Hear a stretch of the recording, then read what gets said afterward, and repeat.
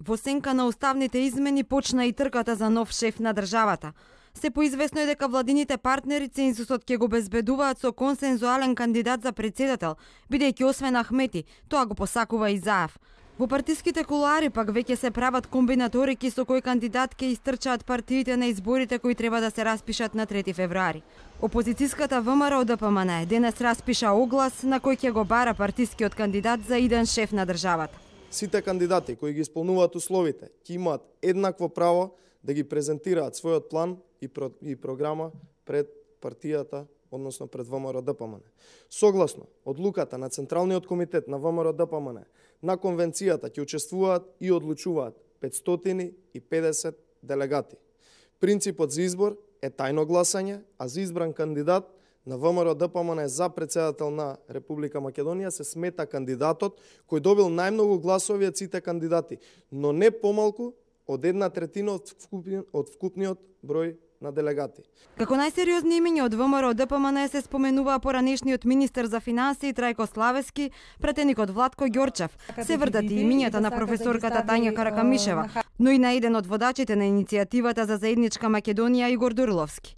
За СДСМ пак сериозна партија не може на оглас да бара кандидат за председател. Велат сега се посветени на процесот на уставните измени, па дури после 15 јануари треба да почнат внатепартиските постапки за избор на кандидат. ВМРО ДПМН на оглас го бара кандидатот кој ќе застане рамо до рамо со Мицкоски против НАТО и ЕУ, кој ќе трне по антизападните стапки на Груевски, Мицкоски и Иванов. Кого ќе избере Мицкоски да работи на изолација на Македонија, да го брани криминалот и да работи против западниот свет, НАТО и Европската Унија. Премиерот Заев денес рече дека посакува консензуален кандидат за председател, став со кој предходно излезе и коалицијскиот партнер ДУИ.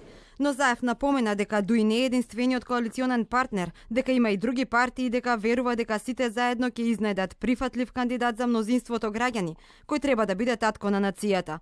Од СДСМ пак како можни кандидати ги вртат имињата на Стево Пендаровски, Радмила Шекеринска, Оливер Спасовски, Никола Димитров, а за консензуален кандидат се врти името на Бујар Османи.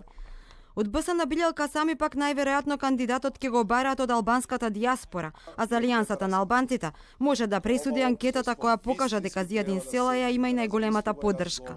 Според најавите од партиите се очекува внатрепартиските комбинаторики да се засилат по 15 јануари, по завршувањето на процесот на уставните измени во собранието. И додека партиите калкулираат, експертите стравуваат дека е тешко да се обезбеди цензусот од 40% или над 700.000 гласачи за председателските избори. Мандатот на председателот Иванов истекува во мај.